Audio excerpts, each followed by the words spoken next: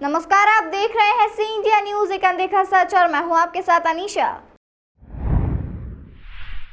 गुर्जर समाज के युवा नेता और देवनारायण बोर्ड मध्य प्रदेश सरकार के नवनियुक्त अध्यक्ष रघुवीर पटेल इंदौर के छावनी क्षेत्र में आज मीडिया से मुखातिब हुए, जहां उन्होंने गुर्जर समाज के उत्थान को लेकर अपनी बात रखी। वहीं तमाम राजनीतिक और सामाजिक मुद्दों को लेकर भी चर्चा की। गुर्जर समाज के युवा नेता रघुवीर पटेल को देवनारायण बोर्ड मध्य प्रदेश सरकार का अध्यक्ष नियुक्त किया गया है। अध्यक्ष बनने के बाद रघुवीर पटेल आज इंदौर के छावनी स्थित श्री गौड़ विद्या मंदिर में मीडिया से मुखातिब हुए, जहां उन्होंने गुर्जर समाज के हितों को लेकर अपनी बात रखी। तो वहीं आगामी चुनाव में फिर से शिवराज सरकार बनाने के लिए गुर्जर समाज के द्वारा योगदान देने की भी बात उन्होंने कही। गोमटगिरी पहाड़ी पर स्थित गुर्जर समाज और जैन समाज द्वारा जमीन के हक के दावे को लेकर भी उन्होंने अपनी बात रखी और कहा कि जैन समाज के कुछ लोग देवनारायण मंदिर की जमीन पर अपना हक जता रहे हैं। हालांकि उन्होंने यह भी कहा कि मामला कोर्ट में चल रहा है और उन्हें न्याय मिलेगा। प्रयास रहेगा कि हम जल्द से जल्द कम से कम 2 जिलों में, ग्वालियर इंदौर या ग्वालियर जबलपुर या ग्वालियर भोपाल या इंदौर भोपाल देखेंगे, 2 जिलों में हम जल्दी एक 2 बड़े हॉस्टल का निर्माण करेंगे, कन्याओं के लिए अलग और बच्चों के लिए अलग। तो हमारी मुख्य प्रायोरिटी ये रहेगी कि हम बहुत जल्द से जल्द समाज को छात्रों और छात्राओं के लिए अलग अलग हॉस्टल यहाँ पे शासन से बनाने का प्रयास करेंगे। भगवान देवनारायण मंदिर जाने के स्थान को लेकर के जैन समाज और गुर्जर समाज में कुछ विवाद चल रहा है जी, इस पर आप क्या करेंगे? वो मंदिर हमारा है, वो किसी कारण से कुछ भी कारण रहे होंगे, मैं उस पर भी नहीं जाना चाहता। गुर्जर समाज का मंदिर है, 1000 साल से 1100 साल का हमारे पास रिकॉर्ड है वहाँ पे, और आसपास के गाँवों ने भी इस चीज़ को स्वीकार किया है। तो वो किसी कारण से हमारे जैन समाज से कोई विरोध नहीं है, और जैन संतों से मेरा निवेदन है कि वो इस तरह की टिप्पणी ना करें कि 2 समाजों में संतों से। समाज के जो संत होते हैं वो सभी समाजों के होते हैं। तो मैंने पीछे सोशल मीडिया पर कुछ अखबारों में पढ़ा था कि जैन समाज के संतों ने कुछ टिप्पणियाँ की हैं, तो हम भी उनके जैन मुनियों का उतना ही सम्मान करते हैं।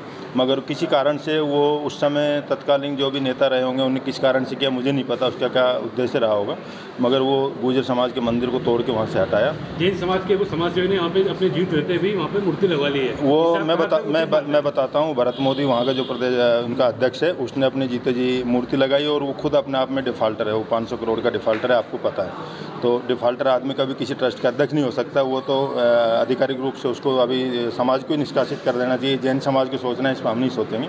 जैन मुनियों से और जैन समाज के मेरे मित्रों से निवेदन है कि सबसे पहले उस भरत मोदी को उससे हटाएं, तो इस विवाद का बहुत जल्द निपटारा हो जाएगा। गुर्जर समाज चाहता है कि उसका जल्दी निस्तारण हो, निपटारा हो, और 2 ही समाजों में सामंजस्य बने। चुनाव का दावा कर रहे हो तो चुनाव लड़ेंगे? देखो सब, ये लोकतंत्र है, चुनाव लड़ने का सबका अधिकार है। हमने कब मना किया है भाई आप चुनाव लड़ें, और अगर जनहित में काम करेंगे तो जनता उनको चुन के लोकसभा विधानसभा भेजेगी।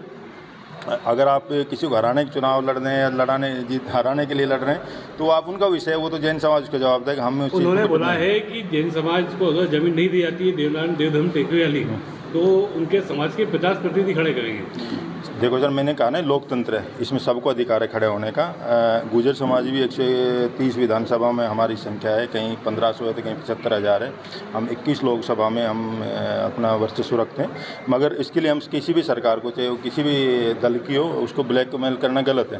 भाई जहाँ पार्टियाँ, जिस पार्टी के साथ हम लोग, कोई भी हमारा सामाजिक आदमी जुड़ा है, उसको अगर पार्टी टिकट दे वो लड़ेगा। कोई निर्दलीय अपने आप में पावरफुल है और वो कहता मैं जीत सकता हूँ तो लड़े, जनता उसको चुनेगी। पार्टी का काम है टिकट देने का। अब वो अगर चाहते हैं कि भाई हम 100 विधानसभा या 50 विधानसभा चुनाव लड़के और उस मंदिर को हासिल कर लेंगे, तो भारत में लोकतंत्र है। बाबा साहब अम्बेडकर ने 1950 में लोकतंत्र इस देश को समर्पित किया। अब निर्णय माँ के पेट से नहीं होंगे राजा और निर्णय, अब लोकतंत्र से होंगे। अदालतें हो, अदालत का 500 साल आपने देखा राम मंदिर का 500 साल बाद बना ना, तो वही हमें अदालत में, हमारा मामला भी कोर्ट में है, और हमें पूर्ण रूप से विश्वास है हमारे प्रतिनिधि कोर्ट में उसको बराबर अपना पक्ष मजबूती से रख रहे हैं, और हमें कोर्ट पर पूर्ण विश्वास है हमारी ज़मीन, हमारा मंदिर हमें वापस कोर्ट के माध्यम से मिलेगा। सर, चुनावी साल है अभी है, तो जी गुर्जर समाज की क्या भूमिका रहेगी मध्य प्रदेश में? नहीं, गुर्जर समाज अब शासन ने और प्रदेश के मुखिया शिवराज सिंह चौहान ने समाज को इतनी बड़ी सौगात दी है, तो गुर्जर समाज दमखम से बीजेपी पार्टी का समर्थन करेगा, और हम प्रयास रहेगा हम समाज के उनको भारतीय जनता पार्टी की दोबारा सरकार बनाएगा। और हम ये चुनाव में करके भी बताएंगे, ये सिर्फ घोषणा नहीं, हम करके बताएंगे।